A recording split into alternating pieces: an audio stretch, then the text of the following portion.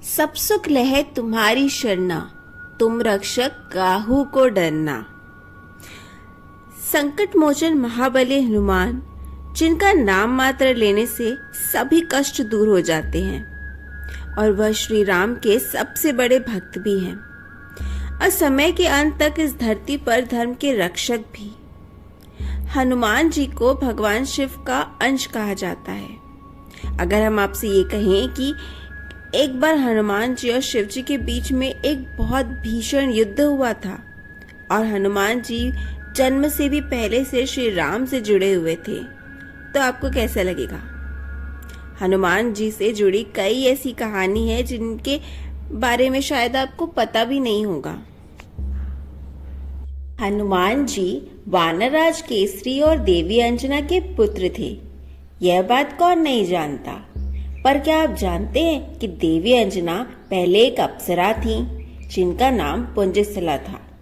लेकिन एक बार ऋषि दुर्वासा जब इंद्रदेव की सभा में उनसे कुछ बात कर रहे थे तो पुंजस्थिला कई बार उनके सामने से गुजरी, जिससे उनका ध्यान भटक रहा था। दुर्वासा ऋषि ने क्रोध में आकर पुंजस्थिला को श्राप दे दिया कि उनका जन्म धरती पर होगा और वो भी वानर रूप में। इसके बाद ही पुंजस्थिला का जन्म देवी अंजना के रूप में हुआ और वानरराज केसरी से उनका विवाह भी हुआ। धरती पर उन्होंने कड़ी तपस्या की और वायुदेव के आशीर्वाद से हनुमान जी को जन्म दिया। हनुमान जी के जन्म से जुड़ी एक और ऐसी कहानी है जिसे ज्यादा लोग नहीं जानते। हनुमान जी अपने जन्म से पहले से ही श्री राम से जुड़े हुए थे। आनंद रामायण के सार कांड के अनुसार जब राजा दशरथ ने पुत्र की प्राप्ति के लिए यज्ञ किया था, तब अग्निदेव ने प्रकट होकर उन्हें प्रसाद में खीर दी थी। लेकिन माता कैकेयी को जो खीर का हिस्सा मिला था, उसमें से एक छोटा सा हिस्सा चील छीनकर ले गई थी। जब वह चील अंजनी पर्वत के ऊपर से जा रही थी तो उससे वो खीर नीचे गिर गई और देवी अंजना को मिल गई। उन्होंने उस खीर को खा लिया और उसके बाद हनुमान जी का जन्म हुआ। जहाँ एक तरफ आशीर्वाद में मिले खीर से श्री राम, लक्ष्मण और भरत शत्रुघ्न का जन्म हुआ, वहीं दूसरी तरफ महाबलशाली हनुमान जी इस धरती पर आए। हनुमान जी के अनेकों नाम हैं, पर बचपन से लेकर आज तक हमने जितनी भी कहानी सुनी है उसमें हर जगह बजरंगबली को हनुमान जी कहा जाता है। लेकिन यह नाम उन्हें जन्म से नहीं मिला था। हनु यानी ठुड्डी या जबड़ा। वाल्मीकि रामायण के किष्किंधा कांड के अनुसार बचपन में जब हनुमान जी ने धरती से सूरज को देखा तो उन्हें लगा कि वो एक पका हुआ फल है। उन्हें उसे खाने का मन करने लगा और उन्होंने सूरज को खाने के लिए उसकी दिशा में उड़ान भर दी।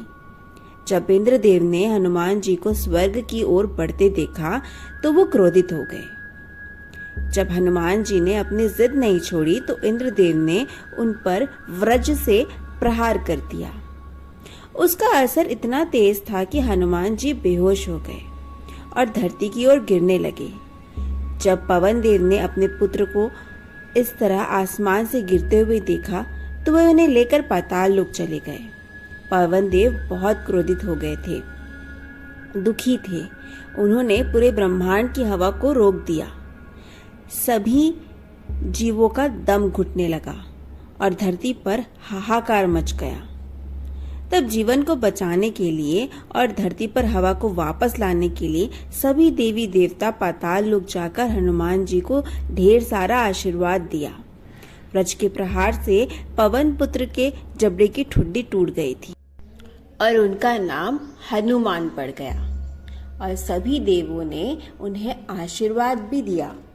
ब्रह्मदेव ने उन्हें ब्रह्मांड के अंत तक जीवित रहने का वरदान दिया और विष्णु जी ने उन्हें आजीवन सबसे बड़ा भक्त होने का वरदान दिया। सिर्फ यही नहीं, इंद्रदेव ने उन्हें यह भी वरदान दिया कि अब से उन्हें कोई अस्त्र या शस्त्र चोट नहीं पहुंचा पाएगा। पुराणों के हिसाब से ऐसा माना जाता है कि हनुमान जी शिव जी के अवतार हैं। लेकिन अगर हम आपसे यह कहें कि एक बार हनुमान जी और शिव जी के बीच में भयंकर युद्ध हुआ था, तो पद्म पुराण के पाताल कांड के अनुसार श्री राम ने अश्वमेध यज्ञ का आयोजन किया। यज्ञ के दौरान अश्व को छोड़ दिया गया, जो दौड़ते दौड़ते राजा वीरमणि के नगर जा पहुंचे, लेकिन वहां उसे पकड़ लिया गया। अगर यज्ञ के घोड़े को रोक लिया जाए तो उससे युद्ध करने का नियम था। राजा शत्रुघ्न ने उस घोड़े को छुड़ाने के लिए युद्ध की घोषणा करी।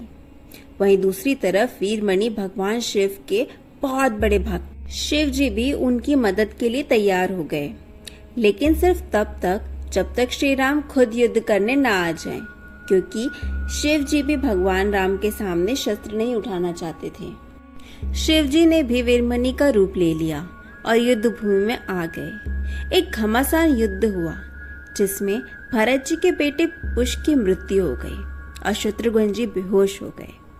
तब श्री राम जी थोड़े दुखी हुए। उन्हें देखकर हनुमान जी स्वयं युद्ध भूमि में आए। उन्होंने एक बड़े से पत्थर से शिवजी के रथ के टुकड़े टुकड़े कर दिए। फिर पत्थर से शिवजी के सीने पर वार किया। इस वार के जवाब में शिवजी ने त्रिशूल को तेजी से हनुमान जी पर चलाया। हनुमान जी ने त्रिशूल को अपने हाथ से लेकर उन्हें टुकड़े कर दिए। इसके बाद शिवजी ने हनुमान जी पर शक्ति से प्रहार किया। इस शक्ति के बदले में हनुमान जी ने भी जोर लगाकर प्रहार किया। शिवजी का प्रहार उनका त्रिशूल हनुमान जी के सीने पर जा लगा, जिससे उनका संतुलन बिगड़ गया और वे क्रोध में आ गए। उन्हें पलट पर एक बड़े से पत्थर से शिवजी पर वार किया। शिवजी के गले में बंधे सारे नाग पाताल लोक में डरकर चले गए। शिवजी ने हनुमान जी को चेतावनी दी कि वे उनका संहार अब कर ही रहेंगे। फिर शिव जी ने हनुमान जी पर एक लोहे के शस्त्र से वार किया। हनुमान जी ने तो विष्णु जी का ध्यान किया और तेजी से उसे पलट कर वार कर दिया। हनुमान जी बहुत क्रोध में थे। उन्होंने शिव जी पर पेड़ों और पत्थरों की वर्षा शुरू कर दी। यह युद्ध लंबे समय तक चल रहा था और अंत में हनुमान जी विजयी हुए। आज भी इस संसार में जब जब राम कथा सुनाई जाती है, ऐसा माना जाता है कि किसी न किसी रूप में हनुमान जी वहां उपस्थित होते हैं। पूरी दुनिया में हनुमान जी के एक ऐसे रूप की पूजा होती है जिसमें उनका पूरा शरीर सिंदूर से ढका होता है। हनुमान चालीसा के हिसाब से हनुमान जी का कंचन वर्ण है, यानी उनका रूप सोने से बना हुआ है। फिर उन्हें इस रूप में क्यों पूजा जाता है? ऐसा माना जाता है कि वनवास खत्म होने के बाद एक दिन हनुमान जी ने सीता जी से उनकी मांग में सिंदूर भरने का कारण पूछा। जब हनुमान जी ने माता सीता से इसका कारण पूछा तो उन्होंने बताया कि ये सिंदूर श्री राम जी की लंबी उम्र और उनके अच्छे स्वास्थ्य के लिए वो लगाती हैं। हनुमान जी गहरी सोच में पड़ गए। तभी उन्हें एक ख्याल आया और वे चुपचाप वहां से चले गए। कुछ देर बाद जब वे श्री राम के दरबार में लौटे तो उनका पूरा शरीर सिंदूर से रंगा हुआ था। यह देखकर श्री राम हैरान हो गए। जब उन्होंने हनुमान जी से इस बात का कारण पूछा तो उन्होंने अपना सर झुकाकर प्रभु से कहा, जब माता सीता के एक चुटकी सिंदूर लगाने से श्री राम की उम्र लंबी हो सकती है, तो पूरे शरीर पर सिंदूर लगाने से श्री राम को कितना लाभ होगा। हनुमान जी की ऐसी भक्ति देखकर श्री राम का मन प्रसन्न हो गया। उन्होंने हनुमान जी को वरदान दिया कि जो लोग उनके सिंदूर वाले रूप की पूजा करेंगे उन पर श्री राम का आशीर्वाद हमेशा बना रहेगा। हनुमान जी को चिरंजीवी होने का वरदान भी मिला था। इस युग में भी हमें ऐसे कई प्रमाण मिले हैं जो बताते हैं कि हनुमान जी आज भी हमारे बीच हैं। लेकिन हनुमान जी का संबंध सिर्फ त्रेता युग के रामायण या कलयुग से नहीं, बल्कि द्वापर युग के महाभारत से भी है। महाभारत के युद्ध में भी हनुमान जी ने एक महत्वपूर्ण भूमिका निभाई थी। महाभारत की कहानी के हिसाब से हनुमान जी ने अर्जुन को यह वरदान दिया था कि वे कुरुक्षेत्र के युद्ध में अर्जुन की सहायता करेंगे। इसीलिए जब महाभारत का युद्ध शुरू हुआ तो हनुमान जी अर्जुन के रथ पर लगे झंडे पर विराजमान हो गए और युद्ध के अंत तक उन्होंने अर्जुन का साथ दिया। युद्ध खत्म होने के बाद जैसे ही अर्जुन अपने रथ से उतरे, श्री कृष्ण ने हनुमान जी का आभार प्रकट किया। हनुमान जी ने श्री कृष्ण को प्रणाम कर वहां से प्रस्थान किया। जैसे ही हनुमान जी वहां से गए, अर्जुन का रथ जलकर राख हो गया। यह देखकर अर्जुन चकित रह गया। तब श्री कृष्ण ने उन्हें समझाया कि पूरे युद्ध में हनुमान जी उनकी और उनके रथ की रक्षा कर रहे थे, जिसके बिना पांडव का इस युद्ध में जीतना संभव नहीं था। आज हमारे बीच रामायण के कई वर्जन एग्जिस्ट करते हैं। हर दिशा में रामायण की अलग अलग कहानी प्रचलित है, जिसमें से सबसे पुरानी और सबसे ज्यादा फेमस है वाल्मीकि रामायण, जो ऋषि वाल्मीकि ने लिखी थी।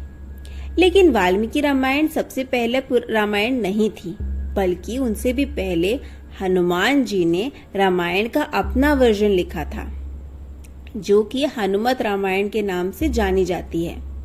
कुछ कहानियों के हिसाब से जब ऋषि वाल्मीकि रामायण की कथा पूरी करने के बाद हनुमान जी के पास पहुंचे, तो उन्होंने देखा कि हनुमान जी ने हिमालय के पहाड़ों पर अपने नाखूनों से रामायण का अपना वर्जन लिखा हुआ है।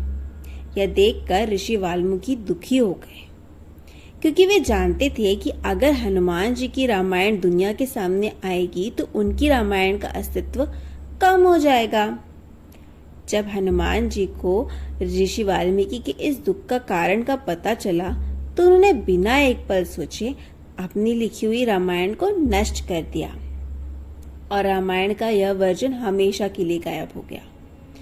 यह थी हनुमान जी से जुड़ी कुछ ऐसी कहानी जिसके शायद बहुत ही कम लोग जानते हैं। अगर आप भी हनुमान जी की से जुड़ी ऐसी अनसुनी कहानी के बारे में जानते हैं तो प्लीज हमें कमेंट सेक्शन में कमेंट करके जरूर बताइएगा।